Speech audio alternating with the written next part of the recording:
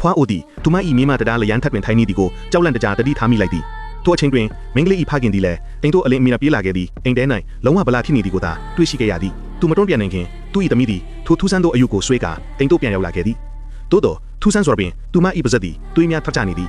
ထိုအယု၏ထူးဆန်းသောအပြုမှုကိုသဘောပေါက်မိသဖြင့်ဖခင်သည်ချက်ချင်းပင်ရင်းအယုကိုတစ်တာတဲသို့ထည့်လိုက်သည်မကြမီအဖွားအိုကိုရဲတပ်ဖွဲ့မှအိမ်တို့ခေါ်ဆောင်လာခဲ့သည်ဖြစ်ပျက်ခဲ့သည်မှာတရားပေါ်တွင်မိမကိုကယ်တင်ရန်စူးစမ်းစဉ်လူတစ်ယောက်သည်ရုတ်တရက်သူမထံခုံကျော်လာပြီးမကြခင်သူမ၏လက်မောင်းကိုကိုက်လိုက်ခြင်းဖြစ်သည်သို့သောအမောင်ကျနေသောကြောင့်အဖွားအိုသည်ရသူကိုမှမြင်တွေ့ခဲ့ခြင်းမရှိပေအယုတ်ဤเจ้าမက်ဖွာရအကြောင်းကိုသိရှိသွားသောဖခင်သည်နောက်တနေ့တွင်အယုတ်ကိုဘုန်းကြီးကျောင်းသို့ယူသွားပြီးရင်းညင်ညံသောအယုတ်ကိုလုံးဝမိရှို့ပြစ်ရန်ရည်ရွယ်ခဲ့သည်အယုတ်သည်တဖြည်းဖြည်းမိတဲ့တွင်ပျောက်ကွယ်သွားသည်ကိုကြည့်ရှုရင်းထိုလူဤစိုးရင်ပူပန်သောစိတ်သည်နောက်ဆုံးတွင်အေးချမ်းသွားခဲ့သည်သူသည်အရာရာတိုင်းပြီးဆုံးသွားပြီဟုထင်မှတ်ခဲ့သည်သို့သောမြင်ကွင်းသည်ပြောင်းလဲသွားကအယုတ်သည်ယဟန်တစ်ပါး၏လက်ထဲတွင်ပြန်လည်ပေါ်ထွက်လာခဲ့သည်ဖြစ်ပျက်ခဲ့သည်မှာထိုယဟန်ကဤအယုတ်သည်တန်ဖိုးဖြစ်မရသောကျွမ်းကျင်အယုတ်ပြုလုပ်သူတို့၏လက်ရခက်ကြောင်အစဉ်တစိုက်သိရှိထားခဲ့သောကြောင့်သူသည်တိတ်တဆိတ်အယုတ်ကိုလဲလွယ်ခဲ့ခြင်းဖြစ်သည်လက်တလုံးမိရှုခံခဲ့ရသည်မှာအတုတခုသာဖြစ်သည်သို့သောယဟန်သည်ဝေယူရှာဖွေရန်ပြင်ဆင်နေစဉ်ဘီရိုထဲမှစပင်တစ်ချောင်းထပ်ပေါ်လာခဲ့သည်သူသည်ထိုစပင်ကိုသူ၏အက်ကထဲသို့ထည့်လိုက်သည့်အခိုက်အတန့်တွင်ပြုတ်အန်ကျင်စိတ်တစ်ခုဝင်ရောက်လာခဲ့သည်ထို့နောက်သူသည်အယုတ်နှင့်အတူရက်နေကပေါ်မှလဲကျသွားခဲ့သည်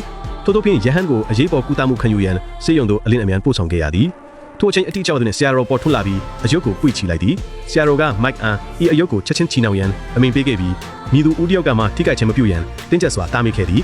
အယုတ်ကိုအလင်းအမြန်ချီနှောင်လိုက်သည်ညတာစွာပင်သူ၏လှုပ်ဖို့ကြိုက်ထွက်သည်အတင်းအကျဉ်းဝင်ရောက်လာပြီးအယုတ်ကိုဆွဲယူလိုက်သည်ထိုအမျိုးသမီးသည်အယုတ်အတွင်းမှတစုံတစ်ခုအတန်းကိုကြားရသောကြောင့်ပြင်းထန်စွာခါချလိုက်သည်သူမှသွားတစ်ချောင်းကျွတ်ထွက်ကြလာသည်ကိုတွေ့ရှိခဲ့သည်ထိုအချိန်တွင်မိုက်သည်တစုံတစ်ခုအလွန်မှားယွင်းနေပြီဟုသဘောပေါက်လိုက်သည်သူသည်အယုတ်ကို MRI ရိုက်ရန်ဆုံးဖြတ်လိုက်သည်ရလက်များကသူ့ကိုစကားမပြောနိုင်အောင်ဖြစ်စေခဲ့သည်အယုတ်သည်အယိုးစုတစ်ခုလုံးဖွင့်ပြလာခဲ့သည်ယိုရှိသည်လည်းဤเจ้าမက်ဖရယာကိုမြင်တွေ့ခဲ့ရသည်အကြောင်းမှာယဟန်သည်တည်ဆုံသွားပြီဖြစ်သောကြောင့်ဖြစ်သည်ရဲတပ်ဖွဲ့မှအယုတ်ကိုယုံသို့ယူသွားခဲ့သည်ဇနီးမောင်နှံသည်နောက်ဆုံးတွင်ထိုအယုတ်မှလွတ်မြောက်သွားပြီဟုထင်ခဲ့ကြသည်သို့တော်ရဲသည်ယုံသို့မရောက်မီချက်ချင်းသဘောပေါက်လိုက်ရသည်မှာကားဘေးကုန်းပေါ်ရှိအယုတ်ပျောက်ဆုံးနေခြင်းပင်ဖြစ်သည်သူမတုံ့ပြန်နိုင်ခင်ကားရှိမှလူတစ်ယောက်ရုတ်တရက်ပေါ်ထွက်လာခဲ့သည်အရာရှိသည်ကြောက်လန့်တကြားဘရိတ်ကိုနင်းလိုက်သည်သို့တော်သူစိမ့်ပြီးစုံစမ်းကြည့်ရှုသောအခါအနီးအနားတွင်ဘယ်သူမှမရှိခဲ့ပေသို့တော်သူကုန်းချကြည့်ရှုသောအခါတုန်လှုပ်သွားခဲ့သည်မိန်းကလေးတစ်ယောက်သည်ကားအောက်တွင်ပိတ်မိနေသည်သူမ၏ခြေလက်များသည်ကြောက်မက်ဖွယ်ဝေရနေသည်ထိုထူးဆန်းသောအယုတ်သည်မထိသင့်မကိုင်းသင့်ဟုအမှန်ပင်ထင်ရသည်ဤသို့မြင်ရသောဖုန်ကြီးသည်သူ့နောက်သို့ပြေးသွားသည်နှဆိုးနှင်ထုတ်သည့်ပူဇော်ပွဲကိုပြုလုပ်ကာအယုတ်အတွင်းရှိနှဆိုးကိုအပီးတိုင်မုံထုတ်ရန်အယုတ်ကိုတစ်တာသူလုံးအတွင်းပိတ်သိမ်းလိုက်သည်ဖုန်ကြီးသည်အိမ်ပြန်ရောက်သောအခါပူဇော်ပွဲကိုစတင်ခဲ့သည်သူသည်စပွဲပေါ်တွင်မိဘုံတစ်ချက်ခင်းပြီးလေဆွဲကဲတံကိုအချင်းအနှဲငယ်လဲပတ်စေပြီးနောက်နေရာတစ်ခုပေါ်တွင်ရပ်တန့်သွားစေခဲ့သည်ထက်ခါတလဲအကဲဖြတ်ပြီးနောက်သူတို့သည်နတ်ဆို၏ခီးပန်းတံကိုနောက်ဆုံးတွင်ရှာဖွေတွေ့ရှိခဲ့သည်ရင်းမှာကျွန်းတကြွန်းဖြစ်သည်သို့တော်မမျောလင့်ထားသည်မှာထိုအချိန်အတိအကျတွင်အခန်းတစ်ခန်းလောင်းပြင်းထန်စွာတုန်ခါလာခဲ့သည်ချက်ချင်းပင်အခန်းသည်အမောင်တို့ပင်လုံးဝဖုံးလွှမ်းသွားခဲ့သည်ဖုန်ကြီးကယိုရှိယာကင်မရာ၏တံမီးကိုအသုံးပြုရန်ညွှန်ကြားခဲ့သည်ထို့သူတို့သည်နတ်ဆိုးကိုအိတ်တလုံးအတွင်းသို့အောင်မြင်စွာပိတ်သိမ်းနိုင်ခဲ့သည်နတ်ဆိုးသည်ယာယီငိမ့်သက်သွားတော့လဲဒန်တစ်ချောင်းသည်ဖုန်ကြီး၏ခြေထောက်ကိုထိုးဖောက်ဝင်ရောက်ခဲ့သည်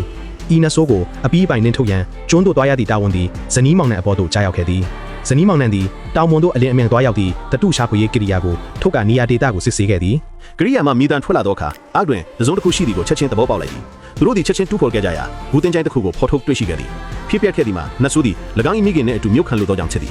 အမွေးနံတာတိုင်ထွန်းပြီးနောက်သူတို့သည်နတ်ဆိုးကိုကူအတွင်းသို့ဖြည်းဖြည်းချင်းထည့်သွင်းခဲ့သည်သို့သောထိုအချိန်တွင်ပင်ယိုရှိ၏သမီး၏တပ်ပွန်သည်မတော်တဆချင်းတဲ့သို့ကျသွားခဲ့သည်မတော်မဆွဖဲယိုရှိသည်ရင်းကိုပြန်ယူရန်အောက်သို့ခုန်ချလိုက်သည်ရုတ်တရက်အိပ်ပေါ်ရှိဆုပ်ဖျားသောပရိသေများသည်လောင်ကျွမ်းလာခဲ့သည်နောက်တစ်မိနစ်တွင်လက်တစ်ဖက်သည်အိမ်မှခတ်ပေါ်လာခဲ့သည်ကြောက်လိုက်တကြားဖြစ်သွားသောယိုရှိသည်ဂူအားဖက်သို့တွားသွားခဲ့တော်လဲထိုအရာသည်သူမ၏ခြေထောက်ကိုခိုင်မြဲစွာဆုပ်ကင်ထားခဲ့သည်ကံကောင်းထောက်မှစွာပင်သူမ၏ခင်ပွန်းသည်အချိန်မီဆွဲတင်နိုင်ခဲ့သည်ဂူအားကိုပိတ်ပြီးမှသာသူတို့သည်လွတ်မြောက်နိုင်ခဲ့သည်အိမ်ပြန်ရောက်သောအခါဇနီးမောင်နှမသည်အလွန်ပျော်ရွှင်ခဲ့ကြသည်နတ်ဆိုး၏6လက်မှုအတွင်းမှနောက်ဆုံးတွင်လွတ်မြောက်သွားပြီဟုယုံကြည်ခဲ့ကြသည်သို့တော်သူတို့၏သမီးသည်သူမ၏ရင်ခွင်ထဲသို့ခုံဝင်လာသောအခါသူမ၏သမီးကသူ့ကိုလဲပင်ရစ်ကတေလူမြောက်ပါဖြစ်စေခဲ့သည်သူမသည်မှတစ်ချက်ကိုကောက်ယူကြည့်မှသာသူမ၏လက်ကိုဆုပ်ကင်ထားသူမှာရခင်နတ်ဆိုးပင်ဖြစ်နေသေးသည်ကိုသဘောပေါက်လိုက်ရသည်